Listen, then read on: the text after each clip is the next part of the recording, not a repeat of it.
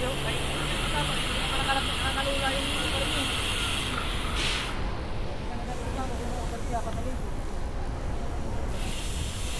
Buhay ako sa tinuka ko.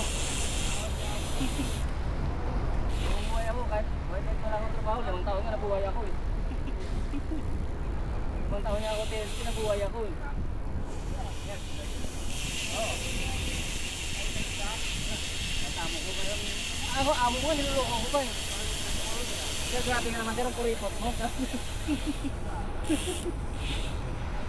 Baka ko rin sabi niya. Sabi ko, hindi ako nagda, pagkat tinahan niyo ako eh.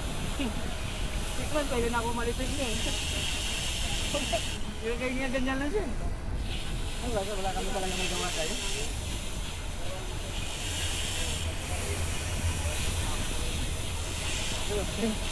Sabi ako pa eh. At ang sabi sa akin, sinagot niya naman, ayos naman akong kausap eh. Iling-iling lang yung amo ko.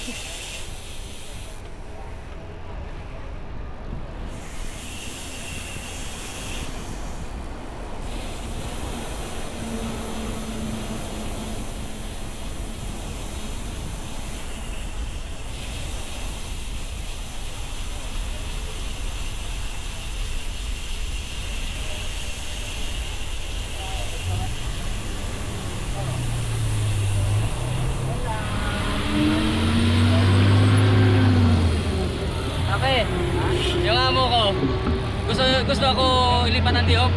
Ilipat niya ngayong araw, ngayong linggo daw, itanggalin ako sa Merkulis muna. Kasi iba lilipat. Sabi ko, hindi pwede, ito na lang ako sa pagtatrabaho. Ay, yung isa iling-iling. May magpalit ka, di siguro. Alam mo naman sir na intelligent ko, nagbabayad ako ng Merkulis.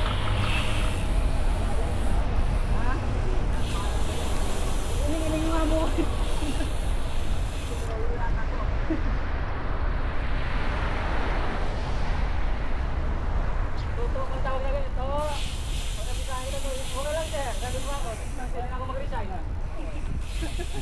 Wala talaga magawa eh. Kasi wala talaga ako magawa sa'yo eh. Awak yung pinsan eh.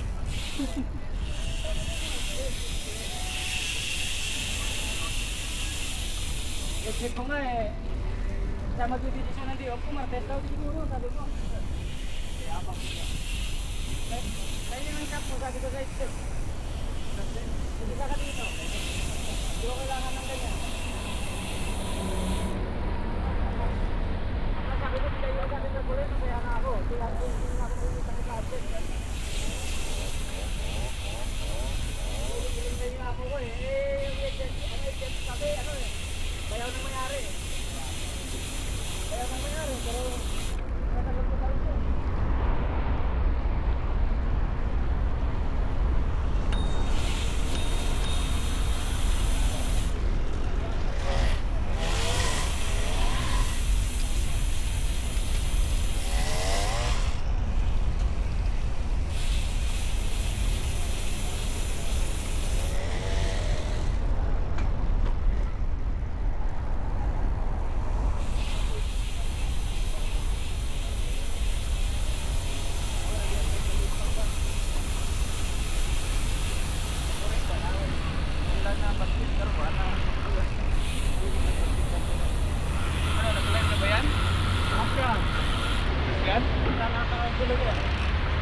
Puro na lang nakasabit yung bike.